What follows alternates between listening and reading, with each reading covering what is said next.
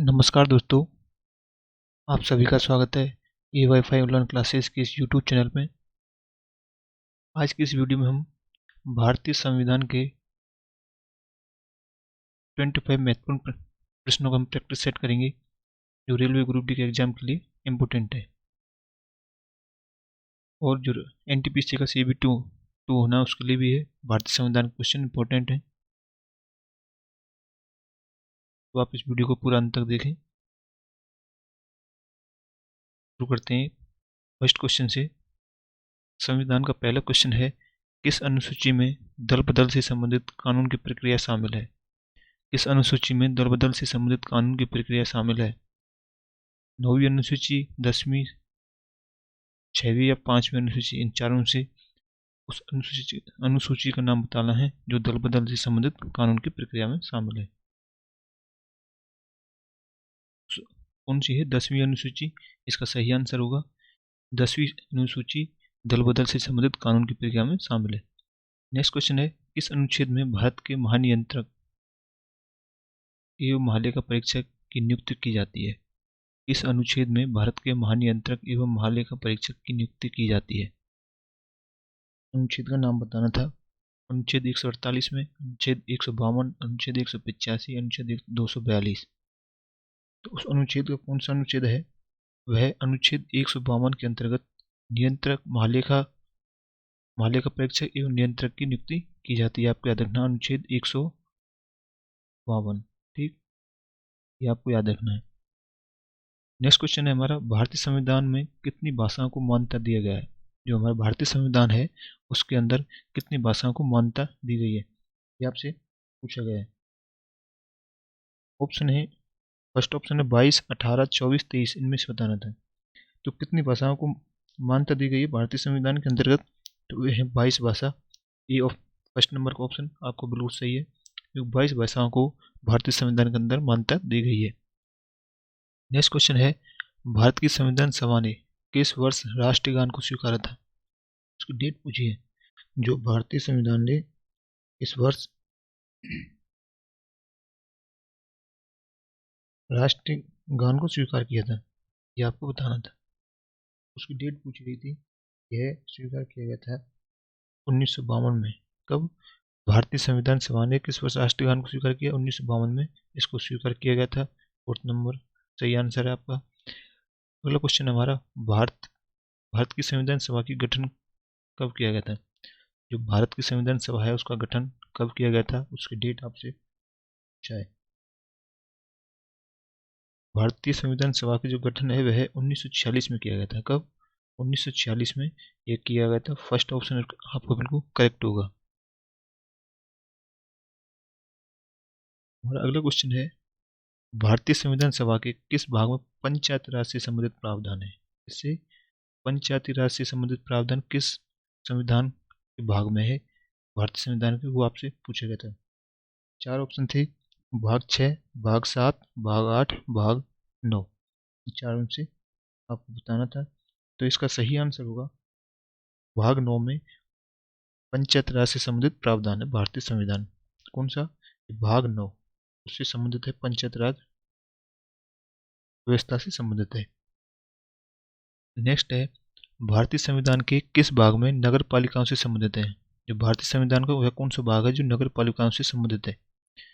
चार ऑप्शन है, भाग 9 जिसमें क पार्ट, भाग 22, भाग 4 का क, भाग 14 का क। ये चारों में से सही आंसर आपको बताना था। तो इसका सही आंसर होगा भाग क।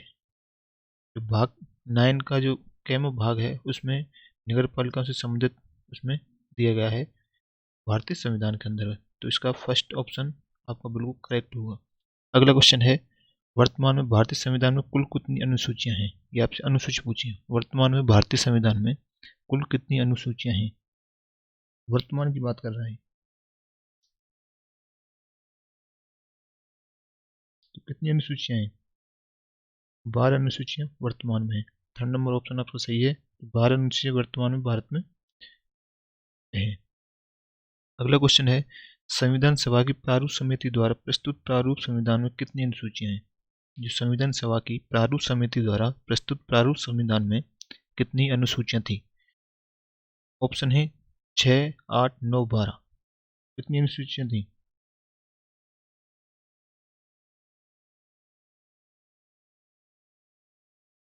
तो हो जाएंगी 8 अनुसूचियां थी। जो संविधान सभा की प्रारूप समिति का प्रस्तुत संविधान में कितनी अनुसूचियां थी? 8। जो सबसे जो अनुसूचियां बनी थी उस समय वर्तमान में उस समय 8 थी पहले, और अभी वर्तमान की बात करें तो 12 है। संविधान सभा द्वारा अंतिम रूप से पारित संविधान में अनुसूचियां थी।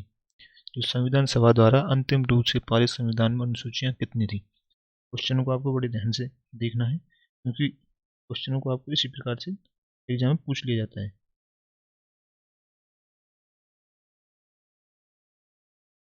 कितना हो जाएगा? 8 आंसर हो जाएगा इसका। Option number 2। दोनों क्वेश्चनों का सेम आंसर था। अगला क्वेश्चन है, भारतीय संविधान को किसने बनाया? भारतीय संविधान को किसने बनाया था? संविधान सभा ने, ब्रिटिश संसद ने, भारतीय संसद ने, या फिर गवर्नर ने? किसने बनाया था? इसे संविधान सभा ने बनाया था। फर्स्ट नंबर ऑप्शन आपका सही है इसमें। तो भारतीय संविधान को किसने बनाया? संविधान सभा ने। अगला क्वेश्चन है, संविधान सभा के लिए चुनाव कब संपन्न हुए? संविधान सभा के लिए चुनाव संपन्न कब हुए थे? 1945 में, 1946 में, 1947 में, या फिर 1948 में? संविधान सभा के लिए चुनाव कब संपन्न हुए थे? ये 1946 में हुए थे। कब? 1946 में संविधान सभा के लिए चुनाव संपन्न हुए थे। ऑप्शन नंबर 2 आपका सही है।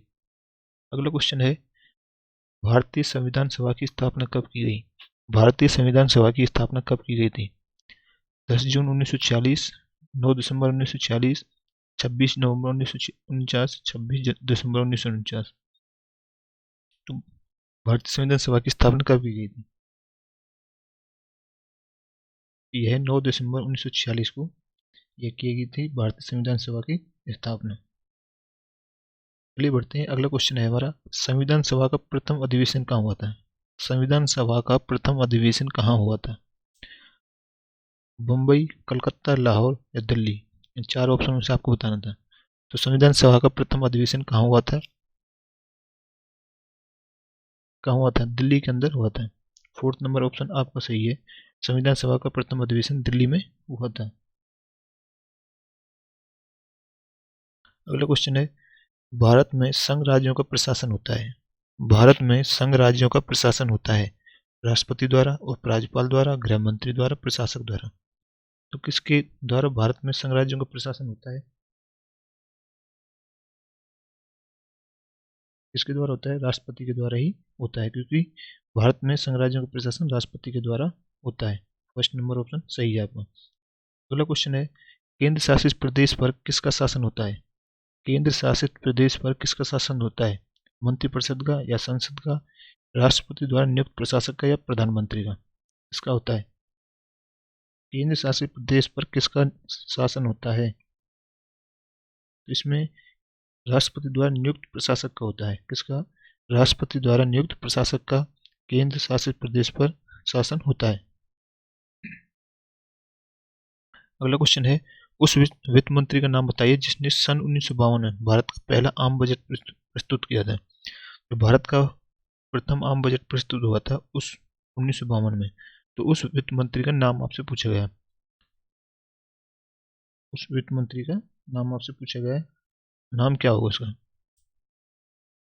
तो इसका सही आंसर है पी.के. शनमुखम शेट्टी। कौन? पी.के. शनमुखम शेट्टी हैं, जो वित्त मंत्री रहे थे, जिन्होंने 1952 में पहला जो आम बजट था उसे प्रस्तुत किया गया था। किसने? पी.के. शनमुखम शेट्टी ने। अगला क्वेश्चन है, संविधान सभा के उद्घाटन अधिवेशन की अध्यक्षता किसने की थी? संविधान सभा के उद्घाटन अधिवेशन की अध्यक्षता पूछा है, किसने की थी? जवाहरलाल नेहरू, सच्चिदानंद सिन्हा, बी.आर. अम्बेडकर, श्री राजगोपालाचारी। तो किसने किया था उद्घाटन संविधान सभा का?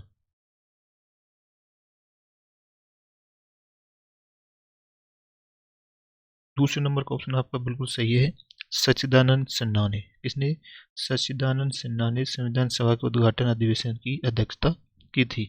अगला क्वेश्चन है, संघ शासित क्षेत्रों जिनकी अपनी विधायिका नहीं है वे जिनकी अपनी विधायिका नहीं है के लिए विधि का निर्माण कौन करता है?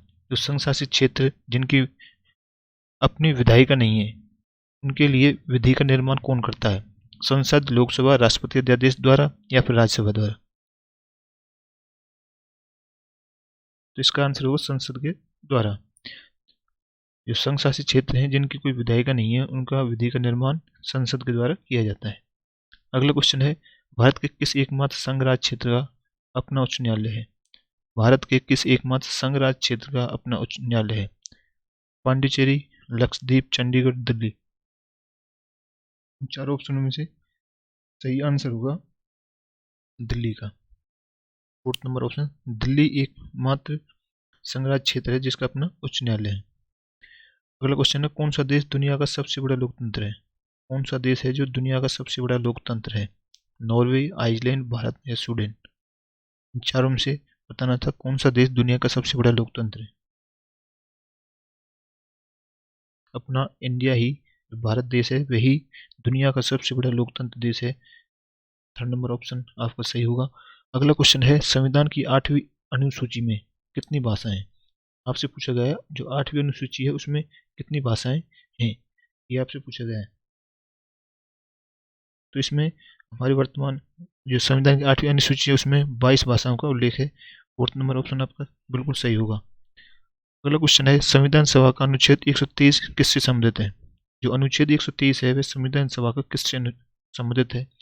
राष्ट्रपति का अध्यादेश से, दूसरा ऑप्शन है सुप्रीम कोर्ट का सलाहकार क्षेत्राधिकार से, तीसरा है जम्मू कश्मीर की विशेष स्थिति से, 4th नंबर का ऑप्शन है चुनाव आयोग से। तो इसमें सही आंसर क्या होगा? इसका सही आंसर होगा राष्ट्रपति का अध्यादेश से। जो अनुच्छेद 123 क्या कहता है, इसमें राष्ट्रपति का अध्यादेश जारी करने की शक्ति इसको प्राप्त है। इस संविधान का अनुच्छेद 123 के अंतर्गत ये है। नेक्स्ट क्वेश्चन है, मूल संविधान में कितनी अनुसूचियां हैं? ऑप्शन है, मूल संविधान में कितनी अनुसूचियां हैं? 8, 12, 9, 10। इस क्वेश्चन का आंसर आपको कमेंट सेक्शन में लिख के देना है। मैं आपको कमेंट के माध्यम से आपके इस क्वेश्चन का आंसर दूंगा। क्वेश्चन है, मूल संविधान में कितनी अनुसूचियां हैं? वो आपको बताना है 8, 12, 9 या फिर 10 अनुसूचियों के बारे में। मैंने इसमें क्वेश्चन आपको कराया भी है इससे संबंधित। आप ध्यान रखना, मूल संविधान का पूछा है कितनी अनुसूचियां हैं। तो दोस्तों, इसी प्रकार की वीडियो आपको इस चैनल पर मिलती रहेगी। और आपको ये वीडियो अच्छा लगा हो तो चैनल को सब्सक्राइब कर लें, नोटिफिकेशन बेल आइकन है उसको प्रेस कर लें, जिससे आपके इस चैनल पर जो भी नई वीडियो आएगा उसका नोटिफिकेशन आपके पास पहुंच सके। वीडियो को लाइक करें, जितना हो सके वीडियो को शेयर करें और अपने मित्र दोस्तों को इस प्लेटफॉर्म पर जोड़ें, क्योंकि इसी पर railway group D, NTPC, SSC सभी प्रकार के एग्जाम की एक तैयारी कराई जाएगी। मिलते हैं नेक्स्ट वीडियो में। धन्यवाद।